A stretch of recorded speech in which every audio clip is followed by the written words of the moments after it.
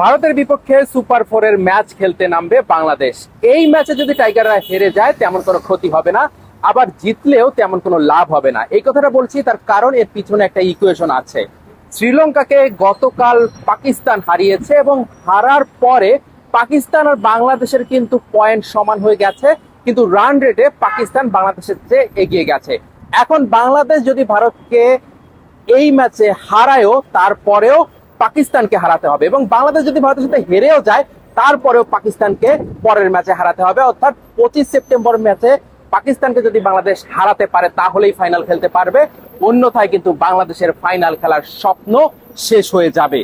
তো এই যখন ইকুয়েশন, তখন কিন্তু বাংলাদেশ দলের একটা শঙ্কা আছে। সেই শঙ্কার বিষয়টা হচ্ছে লিটন কুমার দাস।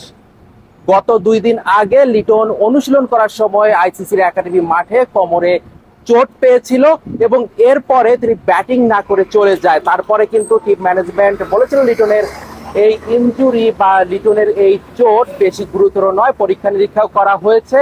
পরীক্ষার ফলাফল কিন্তু মোটামুটি পজিটিভ পাওয়া গেছে। তারপরে লিটনের যতটুকু জানতে পেরেছি একটু ব্যথা অনুভব করছে এখনো। এখন লিটনকে খেলানো হবে কিনা সেই বিষয়টাই কিন্তু টিম ম্যানেজমেন্ট শেষ পর্যন্ত অপেক্ষা করবে, লিটনের ডিসিশনের অপেক্ষায় থাকবে। লিটন আসলে স্বস্তি ফিল করছে কিনা, লিটন আসলে ব্যাটিং করার মতো ফিট আছে কিনা সেটা লিটনের উপর নির্ভর করছে। যদিও পরীক্ষা নিরীক্ষার যে রিপোর্টগুলো সেগুলো কিন্তু ভালো আছে। যদি লিটন না খেলে এই ম্যাচে তাহলে কিন্তু টিম ম্যানেজমেন্ট একটা বিকল্প উপায় খুঁজে রেখেছে। কে করবে অধিনায়কত্ব? সেক্ষেত্রে জাকের আলী অনিককে কিন্তু অধিনায়ক হিসেবে অলরেডি টিম ম্যানেজমেন্ট সিলেক্ট করে রেখেছে, যদি শেষ মুহূর্ত পর্যন্ত লিটনকে মাঠে না পাওয়া যায়।